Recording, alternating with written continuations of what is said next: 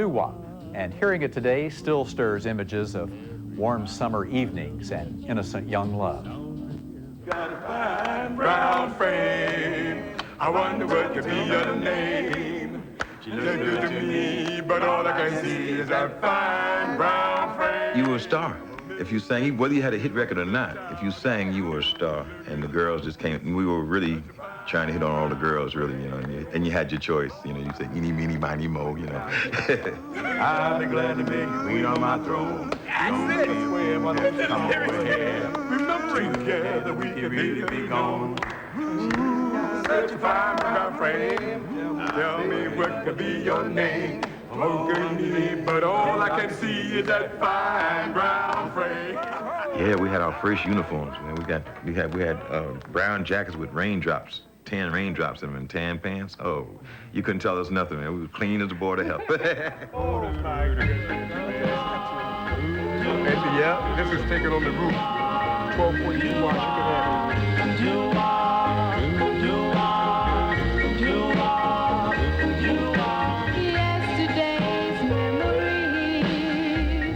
Back in the early 50s, in the days before rock and roll, there was a new kind of music born on the streets of America's big cities. Some of the finest came from the South Bronx, especially from a neighborhood known as Marsegna. It was the music of teenagers, kids singing of love and yearning, a mix of strange new harmonies and nonsense syllables, urban folk music, which later came to be known as doo-wop.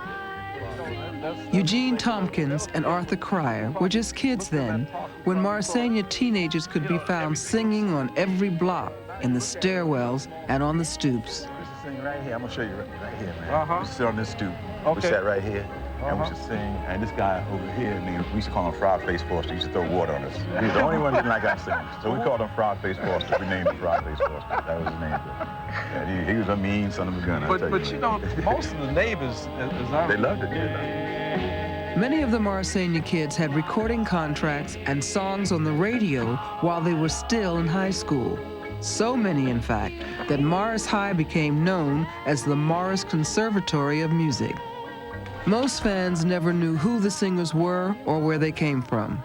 Almost all of them have been forgotten, and their place in the history of American music has been ignored. Until now. After all those years of silence, the kids from Marsegna are singing again. Rande, rande, papa, poo, randan. Rande, rande, papa, poo, randan. Rande, rande, papa, poo, randan. Rande, rande, papa, poo, randan. Rande, rande, papa, poo, randan. Rande, rande, papa, poo, randan. Rande, rande, papa, poo, randan. From your rande, rande, papa, poo, randan.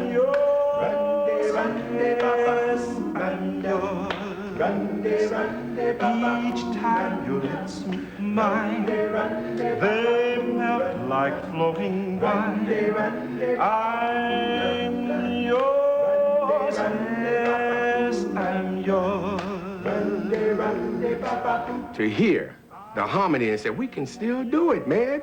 That wishing that the music would come back full force and people would start to sing about love and caring again, you know.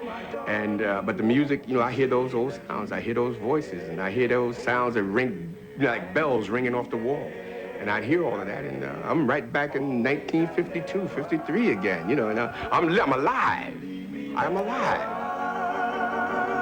Here in my heart, Gumbola City, Randan, Rande, Rande, Papa Poo.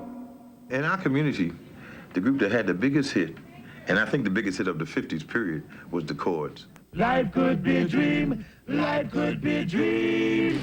Do, do, do, shaboom. The Chords were 6 Marsegna kids who burst out of the musical ghetto and onto the national pop charts in 1954. With Shaboom, they would write one of the very first chapters in the history of rock and roll. Hello again. It was rock and roll, but at that time, the name rock and roll hadn't even come up. Elvis Presley hadn't even came out. No Beatles, no Little Richard, It was nobody, it was us. His plans would come true. If you would let me spend my whole life loving you, life could be a dream, sweetheart. That kids were buying and dancing to the record came as a complete surprise to everyone. Shaboom was released as the B-side of a standard pop tune called Cross Over the Bridge. Out in California, there was a disc jockey out there they called Huggy Boy. And out of curiosity one night, he told his audience that he was going to turn the record over. He said because we were a good sounding group, he wanted to hear what the other side sounded like and ask their opinion. And so he turned Shaboom over, and from there on it was magic. Shaboom really broke, and the first place they would send us to was California. Bakersfield, Salinas, California, Fresno. We were hot as fire out there.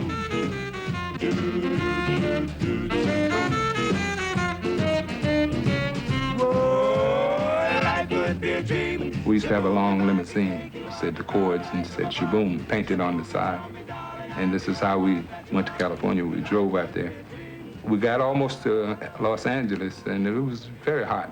It was in the summertime in '54. And we saw a swimming pool, so we decided we would stop and take a swim. So we parked the car, and all the kids were familiar with the song in California because it was such a big smash in California at that time. And they saw our car. And so as we approached them to go to the pool, they wanted to know who we were. And we told them we were the Chords. They said, no. So you can't be the Chords. So the Chords are white. And we told them, no, you know, it's not true, you know. And the only way they were convinced, we had to, before we went swimming, we had to stand there and sing Shaboom for them around the pool. Life could be a dream, life could be a dream. Do, do, do, do, Shaboom. Boom was the slang word. You know, if you was standing in this block for 5 minutes, you'd hear that slang word 15 times or more. When they talked to each other, they would say boom. So they say, hey, man, boom, how you doing? We thought we would take the boom and make it sound like a bomb. You know, like shh, boom. Shaboom, tell me I'm the only one that you love. Life could be a dream, sweetheart, hello, hello again. Shaboom, hello, we meet again, boom, boom, boom, ding-dong, ding-dong. A lang-a-la-lang-a-la-lang-a. Well, you could hear the church bells over there, you know. To be different, we would add clang, lang, anything. So we thought we would put the sound of the church bells in there, you know. Ding, dong, ding, ding, dong. A lang-a-la, lang-a-la, lang-a-la, lang-a-la, whoa, whoa, whoa, bip.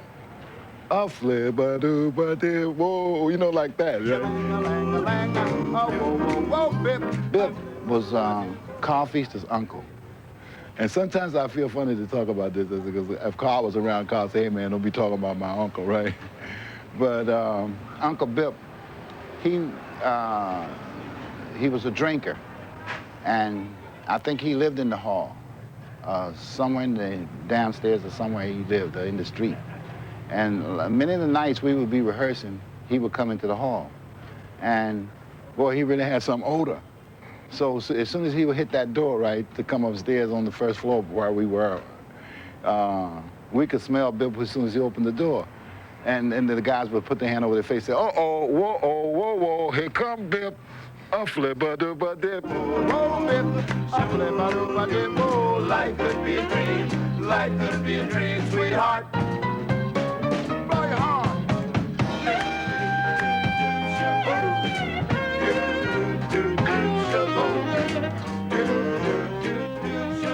They were the stars of the block, you know, to say you can make it, you can get out of here. You know, this is your ticket to fame and fortune.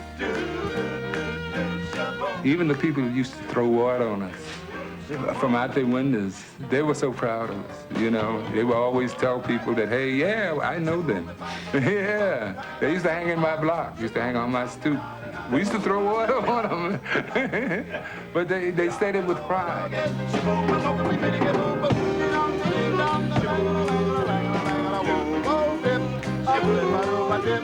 Life could be a dream, life could be a dream. Do, do, do, shaboom.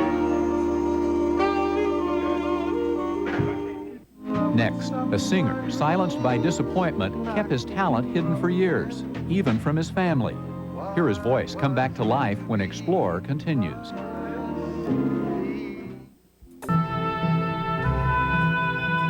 Now, back to National Geographic Explorer. Public School 99 was where the Chords rehearsed and competed with the younger groups who idolized them. It was here at 99 that many of the Bronx kids taught each other the harmonies and showmanship which led to record contracts and hopes for a career in show business. If I didn't care. Recently, a few of the Bronx singers came back to sing some of the old songs in the auditorium where talent shows took place more than 40 years ago. Would my every prayer begin and end with just your name? And would I be sure that this is love beyond compare? Would all this be true if I didn't care for you? The main thing you're waiting for is your record to come on the radio. And once it's on the radio, you hear it. Wow, you feel as though you made it, you know? Do you think I feel this way? Let me tell you something. First time that I heard my song, which was Dearest Darling by the Chimes, Gary and I jumped all over the house, giving each other five and jumping up and down, figuring, well, this is it. We're on our way, you know. We're on our way now to making it. We figure we'd be rich and everything else behind it. Didn't care. I would never be around you. And that's just the way I feel. Sure enough, I do. I tell people this and they don't believe me. When I got ready to graduate from high school, I was 17 and I had made the record. And I had to beg my mother to let me wear stockings to my graduation, high school graduation. She wanted me to wear white socks and Oxfords. I go to town laughing at clowns. They all laugh back at me. Since you've been away, how sentimental can I be?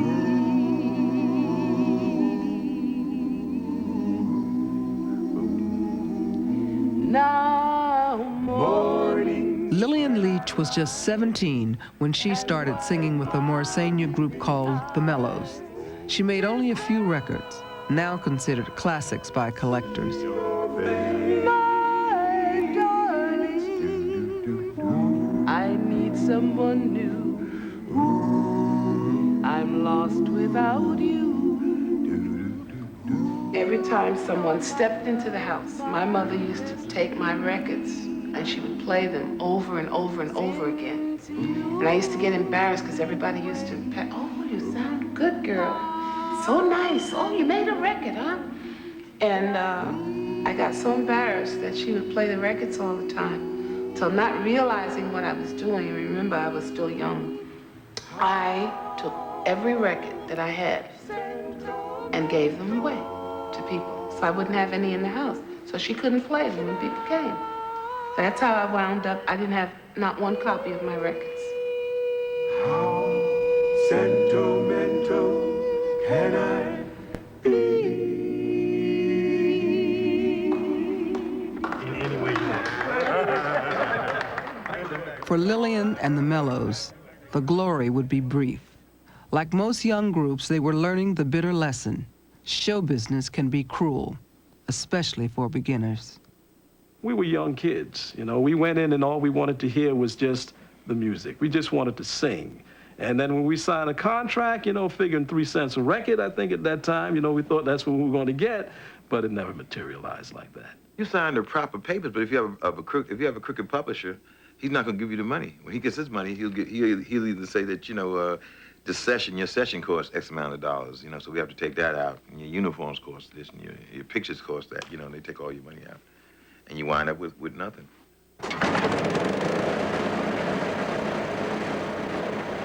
We'd sign the contract, and they would do a session. And we would think, oh, yes, our record is going to be on the market in a month. A month go by, nothing. 2 months. 2 months go by, nothing. 3 months, 4 months, 5 months. And we start asking, when is the record going to be released? Oh, the time is not right yet. Oh, don't worry. We're going to release your record, and so forth. What they generally did was put it on the shelf. That was the pain. John's in love with Joan. Joan's in love with Jim. Jim's in love with someone who's not in love with him. What was meant to be must be. C'est la vie, c'est la vie. Life's a funny thing. Bobby Mansfield was lead singer for a Morrisania group called the Wrens. The love songs he wrote were hits, but other people collected the money. Discouraged and disgusted, he disappeared into the New York subway system and found a career as a motorman on the IRT. He never spoke of his music to anyone, not even his kids. It took me to about 10 to find out that he actually sang. I'm not sure how it came. It came up in a passing conversation. It caught me way off guard. They had records in there and whatever. And I don't know, I guess there was nothing in the record thing that I really wanted to listen to, so it never dawned on me to go in there and look. You looked at the funny shape 78, huh? No, I knew this. Yeah, that was the first time I saw 78. Yeah, right. 78. Yeah. I remember I used to sneak out in the middle of the night and listen to it. You didn't know? You didn't know he was a singing star? No, he's very closed-lip about it most of the time. He's a private man.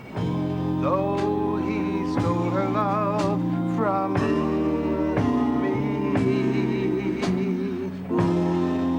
C'est la vie, c'est la vie.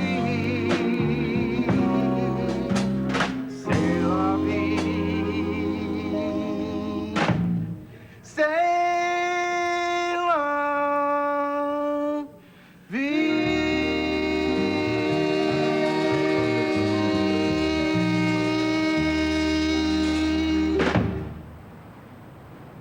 There are shrines to the music of Bobby Mansfield and all the other forgotten singers who sang the street music of the 50s. Oldies record stores. For years, they have kept the archives of this forgotten American art form. Paragon's one of the greatest out of New York City. Keeping the flame alive is a devoted band of fans, stubborn in their refusal to give up the music of their teenage years. They are record collectors, relentless in their search for the long-lost artists, for the 45 RPM records with the strange-looking labels, recalling 100 companies and 1,000 groups. They gather together once each month in an old beer hall in North Bergen, New Jersey, to rediscover the harmonies that captured their hearts so long ago.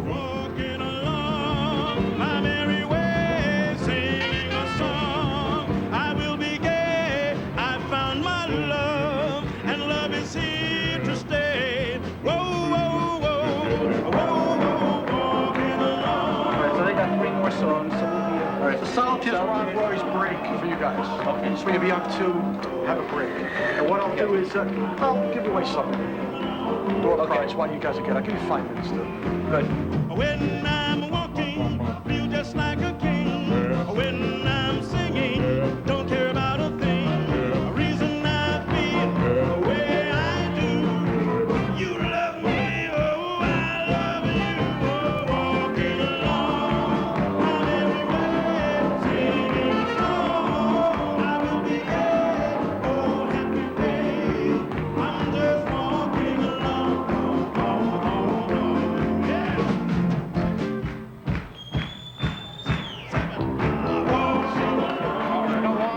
The impresario is Ronnie Italiano. When he was a kid in Rutherford, New Jersey, he listened in the night to the black radio stations, to songs that sparked his teenage passions. he never let go, and for the past 20 years made it his life's mission to reunite the lost stars with the fans they never knew. For some reason, I just expect the crowd to be black, because that's the only crowd I'd ever seen when we were singing. And when walking that door, I saw I guess it was more than 98% that were white, and that just blew my mind. And then people started coming over and asked me for autographs, and they knew all the history of, when somebody was in the group, when somebody left, what the date was, who the guy's name was that took your place, whatever it was. They just knew everything there was. 1955, the J.D. record label. God, that came out on the yellow label, remember? Then you went by Slim Rose at Times Square Records down in the basement in 1960, 61, reissued on the orange label, then the black label. Joe Davis made a lot of money on this record. It's so wonderful. A big hit in 1955, Come Back My Love. So after all these years of this mystery, Mr. Bobby Mansfield, the Wrens.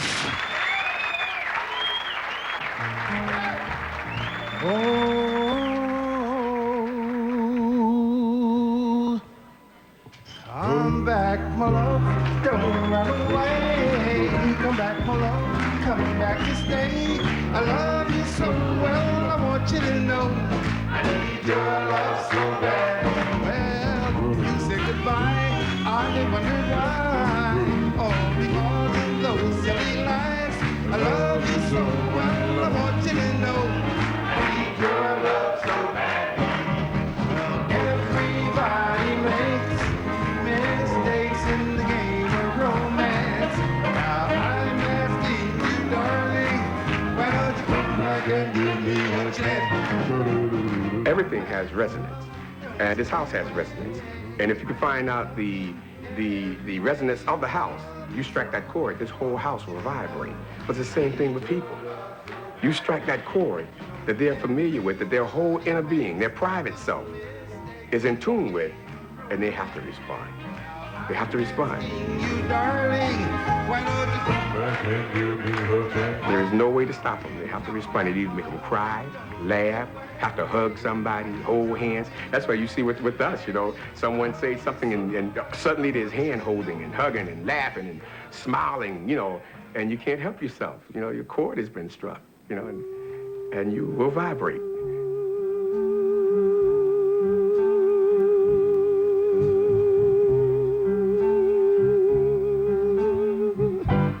If I didn't care more than words can say.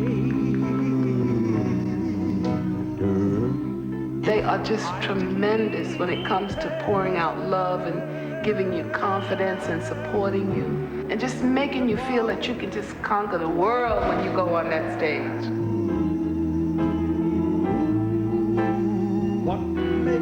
My head go round and round while my heart stands. Ooh, if I didn't care, honey child, would I still feel this way? What I loved about the music was that it was a camaraderie that we had when we were young. And to see it happen again after you get older again, I never thought I'd be singing at the age of 58. Still feel this way? Coming back now and singing and getting those standing ovations, singing what we sang back in the 50s is a beautiful thing to me. I love it, and I hope it never stops, and I'm waiting for the next gig. Would all this be true if I